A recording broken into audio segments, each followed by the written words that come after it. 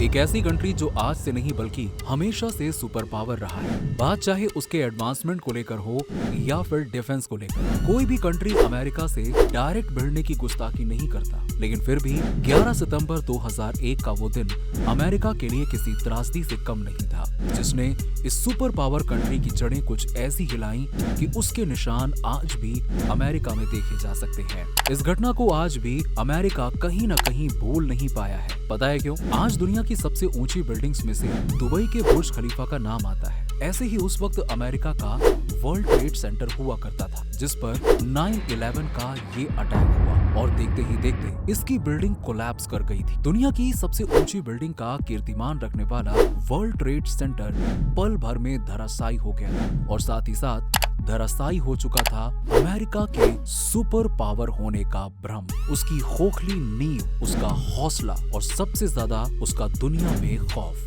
तो आखिर कौन था इस प्लान का मास्टरमाइंड और क्या थी ये पूरी घटना? अगर आपको भी इसके बारे में जानना है तो हमारे साथ इस वीडियो में पूरा एंड तक जरूर बने रहिएगा, जहां हम आपको बताएंगे इस घटना के शुरुआत से लेके एंड तक के पूरे सच का एक एक किस्सा। घटना की शुरुआत होती है अमेरिका की 4 फ्लाइट्स के हाईजैक होने से। पहली फ्लाइट 11 टेक ऑफ करती है इंग्लैंड के बोस्टन इंटरनेशनल एयरपोर्ट से। इसे लॉस एंजलिस पहुंचना था, लेकिन प्लेन को हाईजैक करके वर्ल्ड ट्रेड सेंटर की तरफ मोड़ दिया गया और 52 नए लोगों से भरी हुई इस फ्लाइट को ले जाकर क्रैश करवा दिया गया। वर्ल्ड ट्रेड सेंटर के नॉर्थ टावर में ये वही बिल्डिंग थी जो उस वक्त दुनिया की सबसे ऊंची बिल्डिंग मानी जाती थी। इस घटना के होते ही मामले की जानकारी वहां के current prime minister George Bush को दी जाती है, जो पहले तो ये समझते हैं कि जरूर ये कोई एक्सीडेंट है और पायलट को सडन हार्ट अटैक आ गया होगा। लेकिन इस घटना के ठीक 17 मिनट के बाद वहीं दूसरी न्यूज आती है कि यूएस की फ्लाइट 175 को भी हाईजैक किया जा चुका है और एक बार फिर से इसका डायरेक्शन वर्ल्ड ट्रेड सेंटर की बिल्डिंग की तरफ ही है,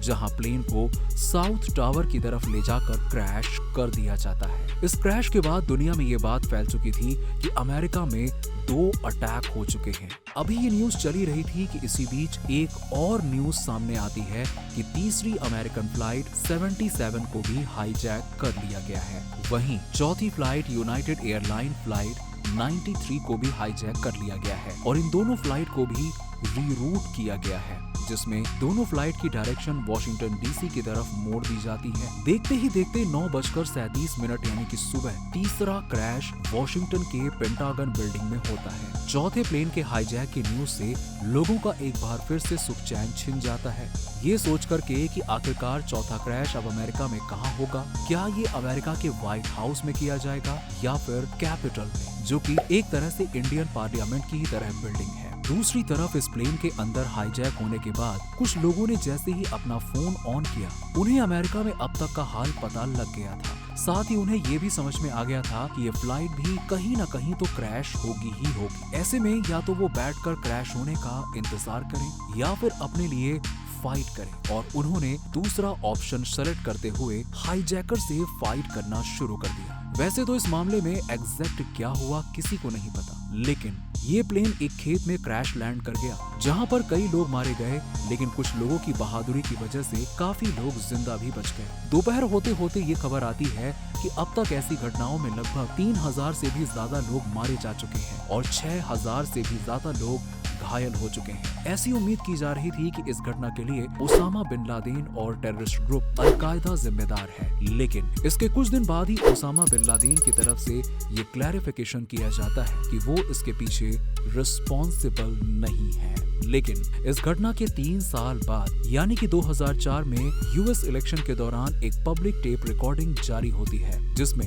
ओसामा इस हमले की पूरी जिम्मेदारी लेता है और ये बताता है कि आखिरकार अल-कायदा ने ऐसा क्यों किया, जिसमें सबसे बड़ी वजह सामने आती है यूएसए के द्वारा मिडिल ईस्ट कंट्रीज में इंटरफेरेंस, इजराइल को सपोर्ट, लेबनान में मुस्लिम के अगेंस्ट समर्थन, इराक के अगेंस्ट यूएस के द्वारा लगाए गए सैंक्शंस, यूएस का सऊदी अरब के साथ कोलैबोरेशन जैसे कई मामले थे जिन्हें ओसामा ने पॉइंट आउट किया और ये बात सामने रखी कि वो कुछ खास वजहें थी जिस वजह से उन्होंने अमेरिका पर ये अटैक प्लान किए, जब अमेरिका ने इस 9/11 अटैक पर कमीशन रिपोर्ट तैयार की तो उसमें पाकिस्तानी टेररिस्ट खालिद शेख मोहम्मद को इसका प्रिंसिपल आर्किटेक्चर बताया गया। ये वही शख्स था जो 1993 के वर्ल्ड ट्रेड सेंटर के बॉम्ब अटैक में भी इन्वॉल्व था। इसके साथ 4 और लोगों को इसके लिए जेल में डाल दिया जाता है। वहीं साल 2011 में उसामा बिन लादेन को मारकर अमेरिका अपना बदला पूरा कर लेता है। अब ऐसे में एक वजह जो सबसे खास बनती है वो ये है कि इन हमलों का एक आम इंसान के जीवन पर क्या फर्क पड़ेगा। क्या ये सिर्फ अमेरिका के ही लोगों तक सीमित रहा या फिर इसका वर्ल्ड वाइड कुछ फर्क पड़ा। आइए इस पहलू को भी समझ लेते हैं। अब इस बात को आप शायद इमेजिन भी नहीं कर सकते हैं कि ऐसा सच में हुआ था। इस घटना के ज्यादा दिन नहीं, लगभग सिर्फ 6 हफ्ते बाद ही यूएस कांग्रेस में एक पैट्रियट एक्ट पास किया गया। ये एक्ट जितनी जल्दबाजी में पास हुआ इसके बारे में आप इसी से अंदाजा लगा सकते हैं कि यूएसए पार्लियामेंट में कई ऐसे पॉलिटिशियंस उस वक्त ऐसे थे जिन्होंने इसके बारे में पढ़ा तक नहीं था और न ही उन्हें इसके बारे में कोई जानकारी थी। यानी कोई डिस्कशन नहीं हुआ, कुछ नहीं हुआ, बस इसे बेहद जल्दबाजी में पास कर दिया गया। अब चलिए आपको इस एक्ट की स्पेशलिटी भी बता देते हैं। दरअसल ये एक ऐसा एक्ट था जिसमें यूएस गवर्नमेंट को ये पावर मिलती थी कि वो अपने ही नागरिकों पर जासूसी कर सकता था। यानी अब अमेरिका में कुछ भी सीक्रेट नहीं था। वहाँ की गवर्नमेंट आपके किसी भी पेपर, किसी भी डॉक्यूमेंट, किसी भी रिकॉर्ड को जब चाहे एक्सेस कर सकती थी। कहीं न कहीं इसमें जुडिशरी की पावर को कम कर दिया गया था। साथ ही ये एक्ट हर किसी पर एप्लीकेबल था। कहीं न कहीं रूलिंग पार्टी ने अपने अगेंस्ट उठने वाले आवाज को भी इस एक्ट के अंतर्गत दबाने की कोशिश की थी। इस घटना के लगभग 12 साल बाद विशल ब्लोवर एडवर्ड स्नोडेन ने एक नया एक्सपोज किया, जहां इस बात का खुलासा किया जाता है कि कैसे यूएस की गवर्नमेंट स्पाई कर रही है। नासा के द्वारा कैसे लोगों के फोन रिकॉर्ड कलेक्ट किए जाते हैं, कैसे बिना किसी सबूत और गवाह के लोगों को अपने फायदे के लिए स्पाई किया जा रहा है। और सबसे बड़ी पावर तो ये थी कि इसके अगेंस्ट कोई आवाज भी नहीं उठा सकता है। इस बिल ने रूलिंग पार्टी की पावर को कहीं न कहीं ज्यादा बढ़ा दिया था। 9/11 अटैक के बाद एयरपोर्ट सिक्योरिटी अटैक के नॉर्म्स में भी कुछ बदलाव किए गए। बात कर लें साल 2011 से पहले दुनिया के ज्यादातर एयरपोर्ट्स पर हाई लेवल सिक्योरिटी चेक नहीं होते थे। यानी कि नॉर्मल आईडी चेक की जाती थी और कई बार मेटल डिटेक्टर के द्वारा चेकिंग कर ली जाती थी। लेकिन इसके बाद काफी चीजें थी जिसमें बदलाव कर दिए गए। इसके बाद full body scan, mandatory ID check, passport check किए जाते थे और बोर्ड पास भी दिया जाने लगा। पासपोर्ट को खाली करने से लेकर बैग और सामान की प्रॉपर चेकिंग की जाने लगी। यहाँ तक कि लैपटॉप जैसी चीजों को निकाल कर बाहर रखना होता है। साथ में कैरी किए जाने वाले लिक्विड के अमाउंट को भी रिस्ट्रिक्ट कर दिया गया। साथ ही दिसंबर 2002 के बाद से ही एक्सप्लोजिव डिटेक्शन सिस्टम को वर्ल्ड वाइड डिप्लॉय किया गया। इतना ही नहीं, साल 2003 के शुरुआत में पहली बार पायलट्स को हथियार भी दिए गए ताकि वो खुद की सिक्योरिटी को अश्योर कर सके। वहीं कॉकपिट डोर्स को रीइंफोर्स्ड कर दिया गया। हालांकि ओसामा ने ये तो क्लियर किया था कि उनका अमेरिका पर अटैक का मेन रीजन यूएसए का मिडिल ईस्ट कंट्रीज में इंटरफियरेंस था। लेकिन 9/11 अटैक के बाद यूएसए अफगानिस्तान को इन्वेड करता है और ऐसे भी टेररिस्ट ग्रुप को खत्म करने के लिए लगातार कई मिशन प्लान करता है। ओसामा के दिए गए स्टेटमेंट में उसे बताया गया था कि मुस्लिम पर अटैक की वजह से ही उन्होंने अमेरिका को टारगेट किया था। लेकिन इस इंसिडेंट के बाद ये अटैक कहीं न कहीं और बढ़ जाते हैं। सिर्फ शक के बिना पर कई ऐसे लोगों को जेल में डाल दिया जाता है अमेरिका में, जिसका इससे कोई लेना देना नहीं था। कुल मिलाकर इस लड़ाई में अगर किसी का सबसे ज्यादा नुकसान हुआ तो वो थी आम जनता, जिसमें अमेरिका के साथ साथ मिडिल ईस्ट कंट्रीज के लोग भी शामिल थे। जिनका गुनाह क्या था? वो एक मिडिल ईस्ट कंट्री से बिलोंग करते थे या फिर वो एक मुसलमान थे?